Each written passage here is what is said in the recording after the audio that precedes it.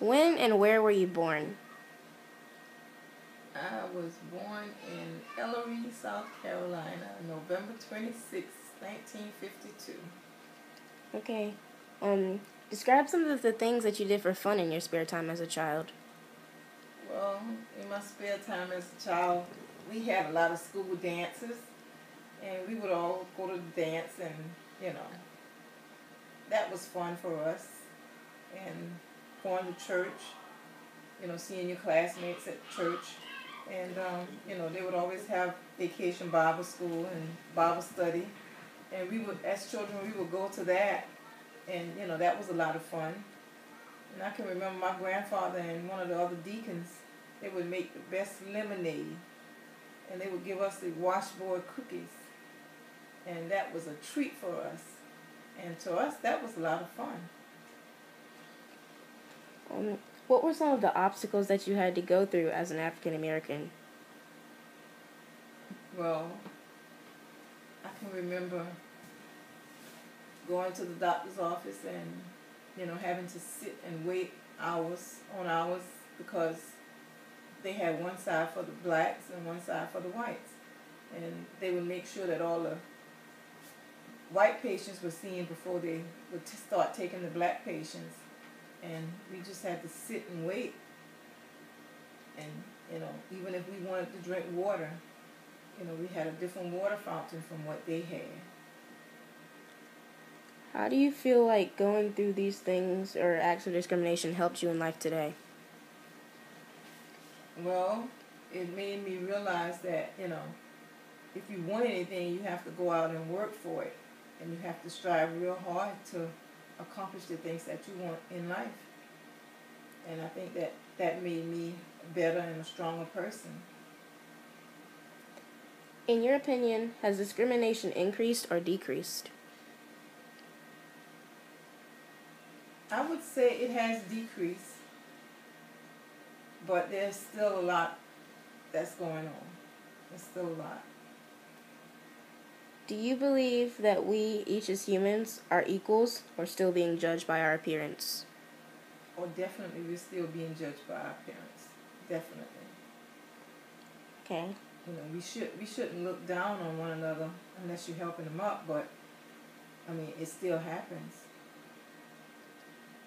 Can you describe some of the things that you've seen or maybe gone through, like seeing your mother or how she dealt with things?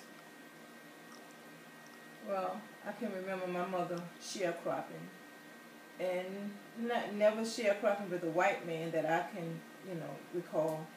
But I remember her sharecropping, and I can remember as a child, the first 2 weeks of school, we always had to stay home and pick cotton, so that we could, have money to buy school clothes and buy school books, so that we could go to school. And I feel that I missed out on a lot because I had to work as a child. Okay. Do you remember any historical events that went on that really emphasized how bad segregation was at that time? I can remember one local incident happening in Orangeburg, South Carolina, and that was the Orangeburg Massacre, when they were fighting for the rights to go and bowl at the bowling alley in Orangeburg. And they were marching, and cops came in and they started shooting. And they killed, some people got injured, and there were some people that died.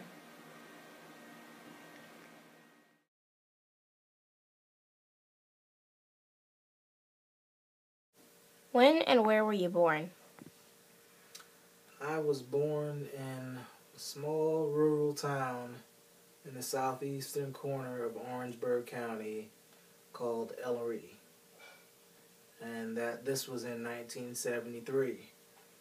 My mom always called me a blizzard baby because during the time that I was born, there was a big blizzard, one that I don't think has ever been seen since in South Carolina, where there were several feet of snow during that month of February of 1973. So, yes, 1973, in Ellery, South Carolina, a small town in Orangeburg County. Describe some of the things that you did for fun in your spare time. In my spare time, we did lots of outdoor things. There were several kids in my neighborhood, and we would all get out and ride our bikes, or we would climb trees or play stickball.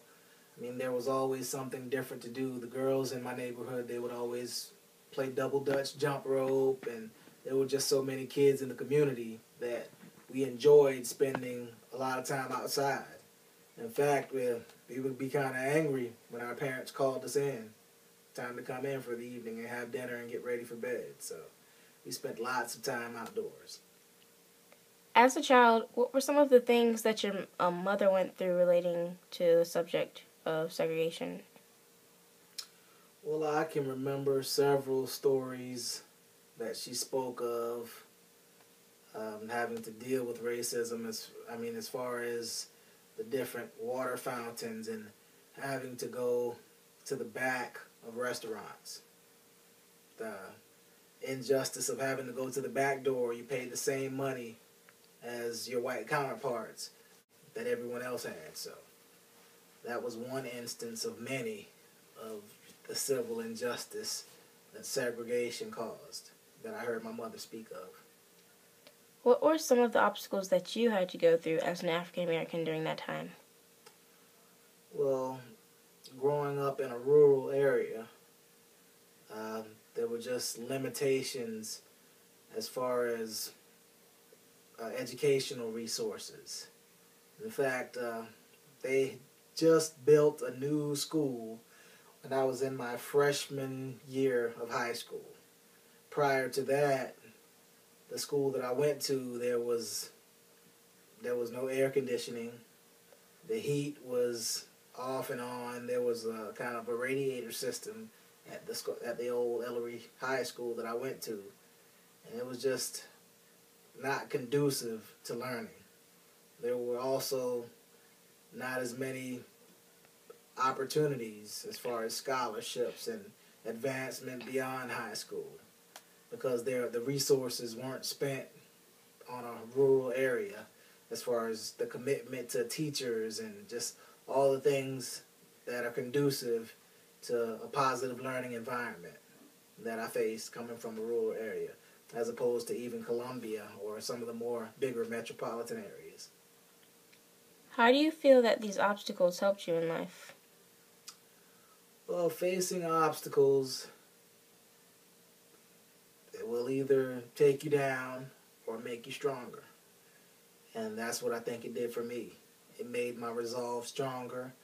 I was more determined to advance myself beyond what the stereotype of kids from my area were supposed to do. So I think it just made me work really hard and not accept the status quo, so to speak.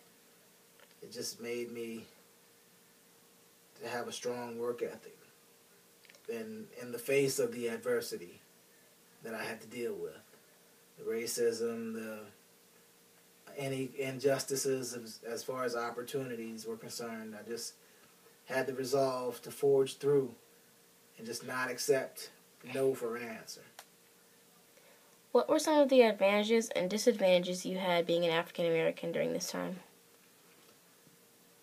Well, some of the disadvantages, as was aforementioned, were the lack of educational opportunities.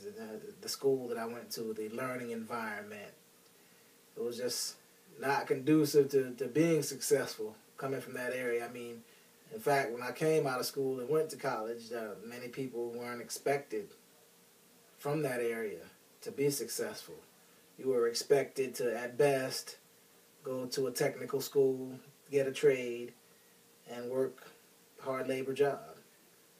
So that was one of the disadvantages, the area I came from, the lack of resources. But some of the advantages, I would say, is just the sense of love and self-worth that was instilled in me from that area, from the people in my town. There was a sense of unity, togetherness, of love.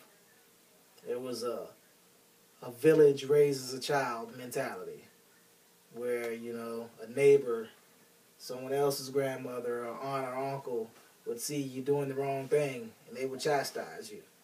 As opposed to this era we live in now, where it's kind of hard to chastise other people's children. They won't hear of it. So I think that was one of the advantages I faced, you know, just being made to do the right thing in some instances. And it just forged, you know, my resolve and, you know, my character to help me to do the right thing and want to stay on the right path. So that was one of the advantages.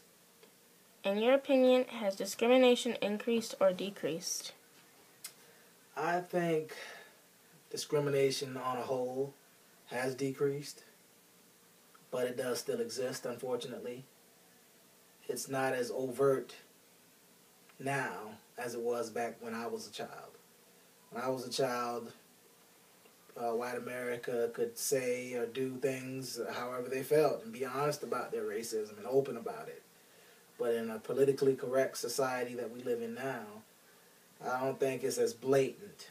It's not as open as it was. There are still instances, and thankfully there are fewer instances of it, but it does still exist.